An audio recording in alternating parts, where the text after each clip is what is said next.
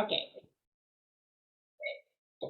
Hello, everyone, and welcome to the inaugural Puerto Rico Collaborative Piano Institute and the panel discussion, Makers and Shakers in the Musical Arts.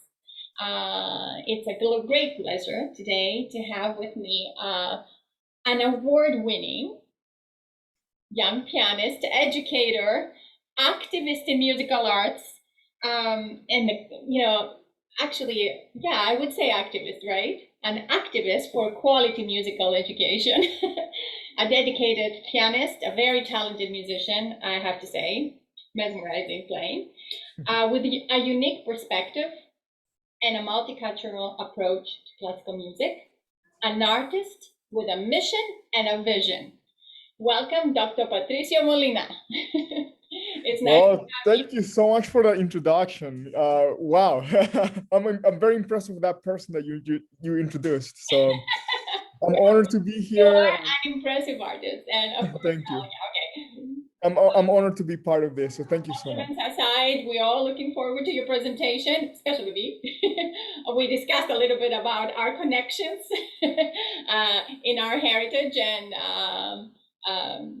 when we were emailing each other. And I really, really am looking forward to your perspective and classical music and marrying together the Middle Eastern with the Western musical traditions and producing new work, new music, new classical music, new piano music. So, but all that aside, because that's for next week, and I don't want to spoil the beautiful presentation for our audience, I would like you, if possible, to take a couple of minutes and introduce yourself through the projects that define you, the things, the values, the dreams, the goals that define you as a person, as a citizen of this country, of the world, and as a musician. Well, that's a very complex question because music is very much tied to my persona as a whole. So, it's like kind of describing my whole life. What is my, there's a different aspects to, I have different missions depending on what kind of activity I have in my life, as a father, as a husband, as a musician, as a teacher. And I feel like music is kind of like that too. In some cases, my mission as a musician is to provide a service of a little bit of an entertainment, to uplift people's hearts, to provide a disconnect of all the difficulties of life. And that could be one of the missions at one point. But that's not the only mission. There's other missions too. And in some cases, I would say that my mission is to to enhance or to entertain the intellect, which is not really, well, there's also a little bit of entertainment to that, but it's a little bit of the easy entertainment, but more of more sophisticated, more. So then, and then in other cases, the mission is to express an emotion, a feeling. And for me, I'm very much tied to my Latin American heritage and my Syrian and Arabic heritage. So in that case, I it's not really entertaining. It's not really in the entertaining the intellectual part, but it's going back to the roots,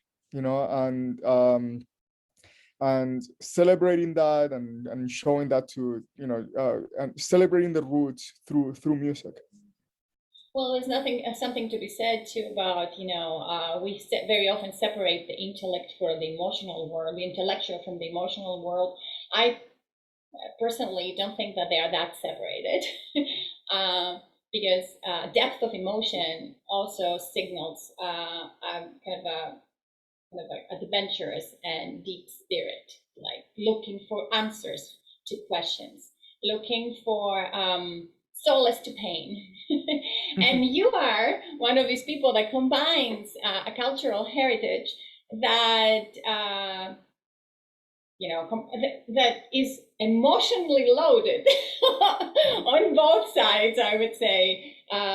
Passionate, deep, and with a very, very, very unique and very deep history as peoples of turmoil and also success, of triumph and resilience. And I feel that listening to your music, that's what I hear. That is my that is my again, you Wow, what see, a compliment. everybody's different. That is my take coming from a kind of a similar heritage. But I think that there's something to be said about how much we can put through our emotional world, we can put into our intellect. I leave at that because this is your interview. But that's true. That's true. I agree with you. There's, Yeah. some things are very emotional. There's also they're intellectual. They're related. Yeah. And I agree. Yeah. Yeah. The Syrian and Latin American cultures are very resilient. There's How do you a lot handle to this? that. But anyway, Patricio, I would like to ask you, what are some of the most important projects that you produced and participated and fulfilled or are in the process of fulfilling? Some projects never get fulfilled, they keep going. In the last 5 years, some of those little spots of your intellect and emotional world that you would like to highlight today in this specific panel discussion. So there was I co-founded a foundation called Notes for Growth, and just last month we sent the third shipment of pianos to Chile, and that's in totally 35 pianos, including 2 Steinways. We restored a beautiful Steinway in Chile. So we took a lot of donations of pianos in this area, that unwanted pianos, and we sent them to Chile where they're very much needed. So I'm very proud of the work that has been done. And a lot of foundations and students and children have benefited from these pianos over there. So that's on the administration part. Yeah. Well, also, as the director of the conservatory at the New York School of the Arts, I'm very attached to this program called the Nurturing Program that we started. So my program is the conservatory program, which, is high level, very intensive, very difficult to get in. But I noticed that there was a lack of diversity in the program that needed to be addressed. And I thought that, starting with a nurturing program from a very early age, and, giving the instruments when the students need them, giving the access and also, teaching what it takes from an early age to not only the students but also the people that are around the students, so that so they know the type of work practice that it takes. And in addition to that, I changed a little bit the curriculum to include music, classical music that is closely related to the hearts of the community. And that program has been very successful. So now in the conservatory, we are, much more closely to what the community looks like. So I'm very proud of that accomplishment. So So that I'm sorry, go ahead. you're trying to tap into the cultural heritage of your demographic. Am I understanding that Yes, correctly? Like yes, using that's correct. underrepresented for composers. Correct. We in the last couple of years we have that movement of the BIPOC, as we call it, sort of effort to bring to light and bring to our ears and our audiences music by wonderful, masterful composers that were never recognized, as Beethoven or Bach was Nothing against, I mean, they are my models. But however, and whether we're discussing Latinx composers or Black composers, brown composers, like we put those labels, but what we mean is communities that didn't have the opportunity, and people that didn't have the opportunity were not given the opportunity because of a bias too, very often, to be recognized or That's heard. correct. In, Yeah. yeah. And also I noticed that, for example, uh, in the conservatory, which is in Newark, you know, I sometimes was able to get very, very talented students from the community interested in the program. But after a few months, they lost interest. So I noticed that there was something that was lacking in the typical conservatory training. So we, you know, in adding music that the community can relate to, um, and see, you know, my uncle, my father, my mother could have written this. You know, it's like is music that can relate, or this sounds like, you know, that the rhythms are part of that merengue that I listen to. You know, there's a lot of heart to it, and all of a sudden, you know, doing that, bringing that into the curriculum, the interest skyrocketed. Now when we bring people from the community into the conservatory, not only they stay, but they bring their families, they bring everybody to the concerts, and it looks more like what we need to be doing, you know, supporting and the community through music. It's impressive, actually. So one, and that you have been so successful in such a short period of time shows that you tapped into what was really lacking, what was really needed. Hmm.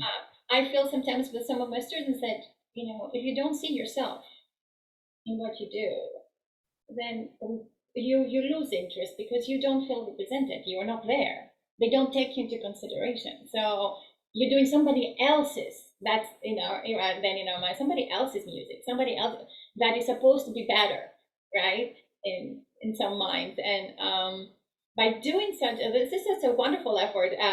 It takes actually another presentation, maybe for the next year at the festival, and a workshop on how other schools around the country and around the globe could adopt similar models to succeed, not only in keeping their clientele, of course, but in really delivering the mission of making classical music accessible, understandable, loved. Yeah. Patricia, do you think there's anything else missing? Why is classical music sometimes? Why does it? Why do we sometimes become irrelevant? Of course, yes, the diversity, but that diversity is multifaceted. Um, you tap into education. What other steps do you think it would be very important that they would need to be made immediately so that changes in the years to come? Well, you know, I think you know, the world is changing, and it's changing very quickly. And it's not only it's changing quickly for musicians, but for every career, every you know. So it's not the changes that we need to embrace. You know, I think, you know, there's some things that we know are going to happen, and we need to look ahead and prepare for them before they you know, it's before you know, we open the door and it's like we're in the future now, you know. And that's the problem with classical music, is that we you know, the as the generations, cultures change, a lot of institutions and leaders in the classical world have not embraced the inevitable change. So, you know, there are some things that are just inevitable. You know, we know that you know, the virtual reality, virtual you know, is going to be part of the future.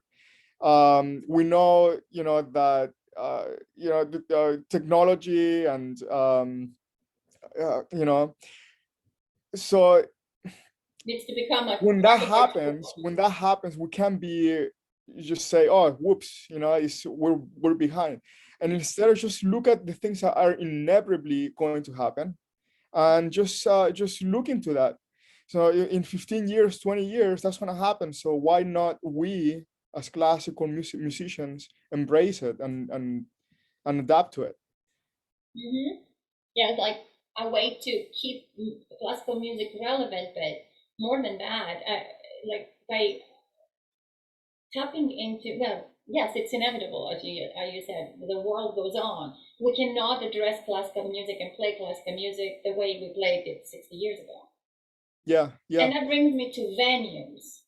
And I know you're very much into alternative ways of, as well, presenting the repertoire, a mixed repertoire, but also in terms of venues. How, do we?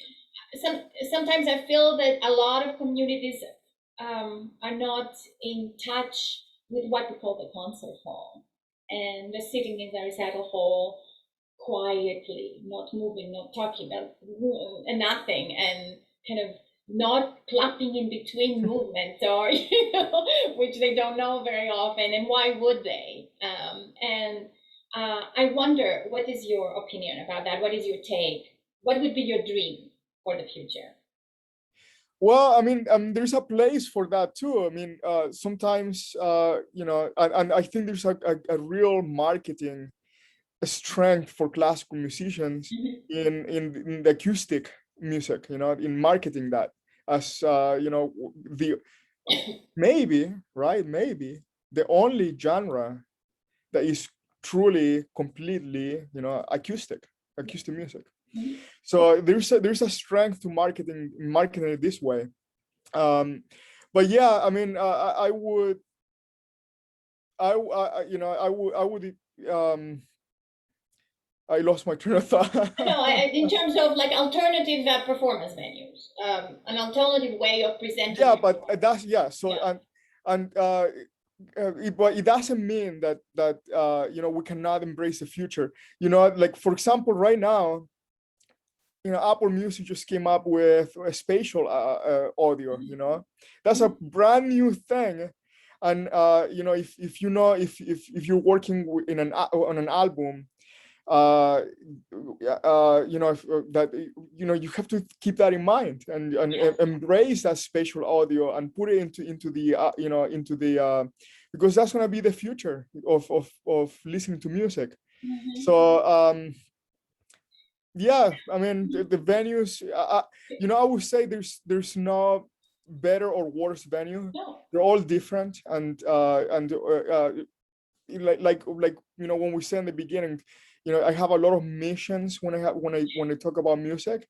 That's what I mean. Yeah. Like sometimes if I wanna enhance acoustic music, that's a great mission, and I believe in it, but that's not the only one. There's Yeah. a lot more. And embracing all the concert venues, all the possibilities to reach people, and is part of Yes. it. Could you tell me a little bit about is it the youth orchestra that you are collaborating with? I feel that is a very, very interesting project with commissioning compositions. Yeah, so the commissioning initiative by the American Youth Orchestras. So I'm part of that, and I wrote two pieces to the New Jersey Youth Orchestra, and it was an interesting project because we got to collaborate with Nokia Bell Labs, experiments in the arts. So so I created the whole piece, which highlighted my two backgrounds. So one piece was Arabic in nature, the other one was Chilean in nature. But the cool thing about it was that we were asked to work with the technology. So we created an app, and audience members went to the concert. They were there, and I created this music that they had to tap to, and were part of that. So they were able to get information about the piece being performed through the app, or create something different, something new. No, so I created the music before, so Yeah. it was all pre-existing, Okay. and the computer or the app was listening to the music, and I am like, baby, the wonders of being a dad, right? Okay, the interview is becoming more and more interesting. So, Yeah. but the cool thing about it is that the phone was listening to this new technology. It's called C4C. shuttles, 4 shuttles of C for Okay. C. And the phone listens to the frequencies and is able to activate depending on, so like I can tell you, when this chord hits, these are the frequencies that are going to be heard, and the cell phone hears the frequencies and activates a sound. Oh my So goodness. that's what we're working on. It's really, really interesting. There we go. Another good example about how classical music moves into the future. Yeah, and you know what? People loved it. Loved it. I think I don't remember the last time I saw someone cry. Like there were like a lot of people crying because they were just having the Tactile and experience, visual. Yeah. being part of of the music, made them listen to the music more attentively and experience it in a different way. And I mean, it was amazing. And people they took it really well. Excellent, excellent. These are some amazing things. We'll be discussing those on Sunday. So with your interview as as a pivot, I guess, we will be exploring all those new ways into the future, and also the other panelists are going to be sharing their own projects. So you should know that, and we'll have that. We are very sure you cannot be there, but it will be available for you, of course. I want to ask one more thing. I recently saw that you were selected to join the Cleveland Institute. There is a special committee which is going to oversee changes in academia in in the service of diversity, equity, and inclusion, if I'm not mistaken. Can you tell us a little bit about that? Because that is another question about what do we do? What does academia need to do? Because academia always reacts. It comes later. Things Yeah. are happening and then a communication job. So, but how could academia actually change and embrace multiculturalism, not in committees and words, in Yeah. deeds, like with Yeah. real action, Yeah. and incorporate neglected repertoire as part of the canon, not every now and then, now we have a special Latino composers, Yeah. but really, if I play Beethoven, I will also play I don't know, Heilstock of or Price. I would, so what do you think about that? Well, I'm really excited to join this fellowship. It starts at the end of this month in June, and it goes all the way to January. And I think 30 people were selected, and we're all going to be trained and on the academia world, with the ideal to join the academia at some point and help provide some change that I think is well needed. In the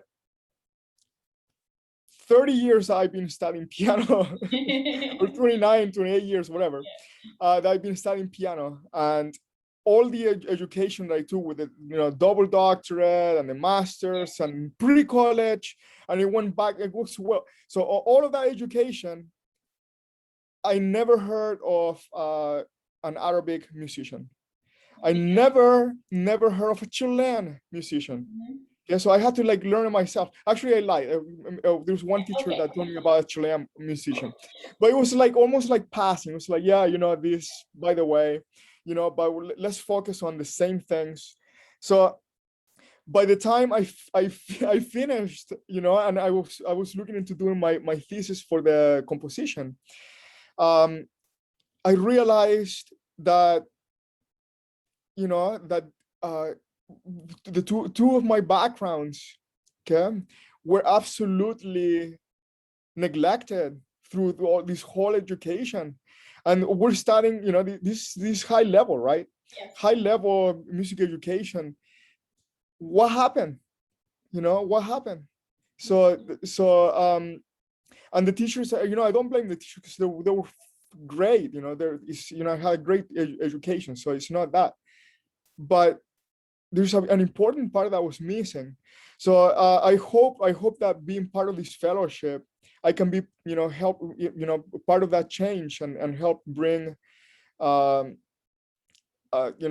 new ideas and embrace the curriculum of minorities. Mhm.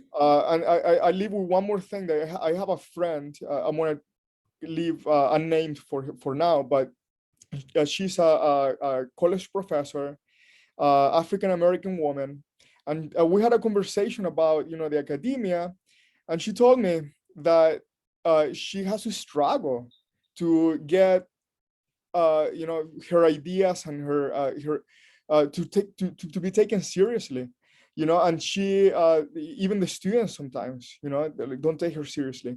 So it's a very unfair, very difficult situation, and needs to change. So Absolutely. yeah. Patricio, your life is inspiring. Thank You make me kind of like you give me new hope, and you make me not give up on things that I. Oh, And that I know means a lot. you have done the same for a lot of people. And I personally think that we've started a movement, and people need to stay on it, determined and committed, and share the stage, share the innovation, share the intellect. With no, sometimes there are egos involved. Of course, we know that, but be able to exchange, appreciate. Because for me, at the end of the day, I don't know. Alpha Dworkin said that of the Sphinx organization. She said, at the end, we're going to become irrelevant. She said, and nobody wants that. Music is a part of life, of everyday life. Classical music speaks to the deeper intellectual and emotional levels of every human being. And people like you give me a lot of hope for the future. Uh, is there anything else that would like to contribute to our conversation and interview before I let you go? Well, I'm very happy to be part of this whole program. Thank you for inviting me. This, the work that you're doing is the change that we need. So I fully support it, and I'm really, really honored to be part of this. So thank you. Thank you, and may next year find us all in Puerto Rico. That would be great. Have a wonderful day. Thank you. Thank you. You too. Bye-bye. So that was. Are you gonna Yes. stop it right there? Great.